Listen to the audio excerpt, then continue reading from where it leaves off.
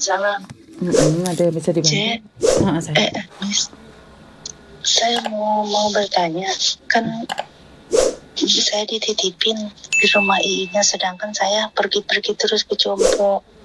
Itu banyak orang yang nanya, itu kamu pembantunya dia ya? Itu pada gitu. Terus? Takutnya ada orang-orang yang tahu bahwa aku kan bukan pembantunya dia. Kalau ke panti jompo terus, panti jompo kemana, nganter ke rumah sakit, gitu, dititipin. Solusinya gimana? Aku kan nggak mau sampai nanti ada apa-apa terus aku kena apa-apa gitu. Soalnya kan aku udah ini sekali, ini mau menjalani udah setahun 3 tahun 2 bulan. Cuman dititipin 3 bulan, takut ada apa-apa. Solusinya gimana sih, Miss? Oke, satu hal, kenapa kamu begitu khawatir? Ya maksudnya aku tuh takutnya aku kan, apa kata orang kan, nanti kalau kena kamu atau nggak bawa KTP atau di mana ya, di rumah sakit atau apa, bahwa kamu bukan pembantunya dia, kamu bisa di blacklist. Emang iya? Oke. Satu hal lagi, kamu ke panti jompo ngapain sayang? Ya dorong-dorong itu, olahraga. Dorong siapa? Nganterin ke rumah sakit iinya itu. Oke. Iinya majikan saya. Oke, sebentar. Iimunya itu sakit gitu tak? Iya, sakit. Terus majikanmu nggak ada di Hong Kong? Majikan saya di Amerika. Terus? Kan saya di sini, saya kan jaga kakek saya kan dibawa ke Amerika ke anaknya. Dan ini job saya kan berdua, si Uce sama kakek. Ya, terus kakeknya kan punya anak di sana di Amerika 2 lagi. Terus anaknya itu, kakeknya itu dibawa ke Amerika cuma 3 bulan. Terus saya dititipin di rumah Ii ini. Sedangkan Ii ini di sini ada 3 orang, yang 1 di Jompo, yang 2 di rumah. Oke, terus itu beda alamat? Beda alamat. Ini beda alamat. Oke. Ini yang sering saya katakan bahwa kalau kamu tidak setuju, karena itu memang tidak sesuai dengan apa yang tertera di dalam peraturan perundang-undangan. Tapi pertanyaan saya, saat kamu komplain, kamu berani resikonya majikanmu tidak membutuhkan kamu dan memulangkan kamu Indonesia, kamu oke nggak? Enggak. Nah, karena saya sendiri selalu bilang, saya akan mentaati peraturan, saya akan berani melawan. Tapi ingat, yang kena akibatnya itu kamu loh sayang, bukan saya loh.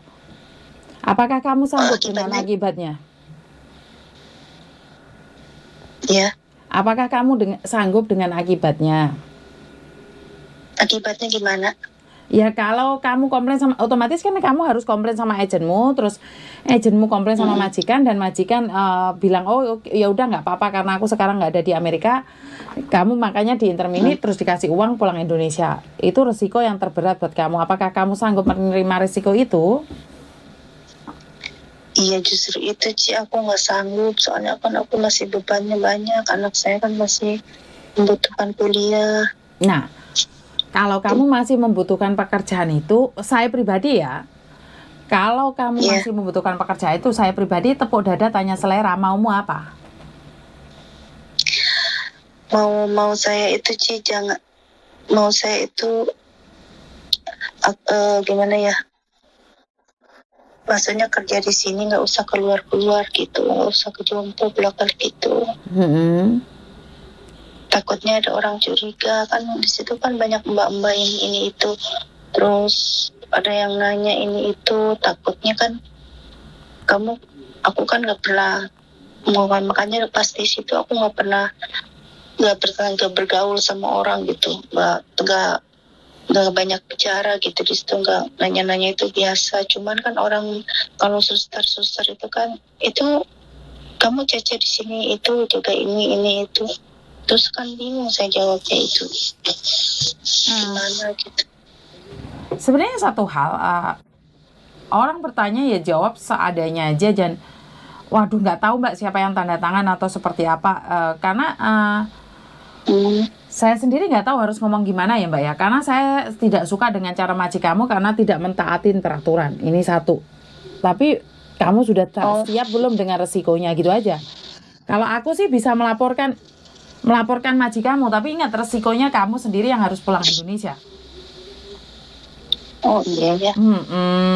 Apa bertahan aja gimana ya? Karena banyak orang yang akan mengatakan, patuhi undang-undang, patuhi peraturan. Itu memang benar.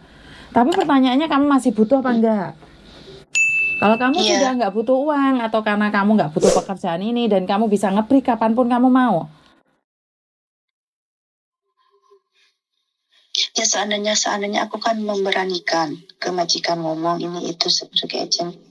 Ya udah kamu pulang Indonesia, aku nggak usah pulang ke Indonesia, ganti majikan boleh nggak? Ada yang mau nggak gitu?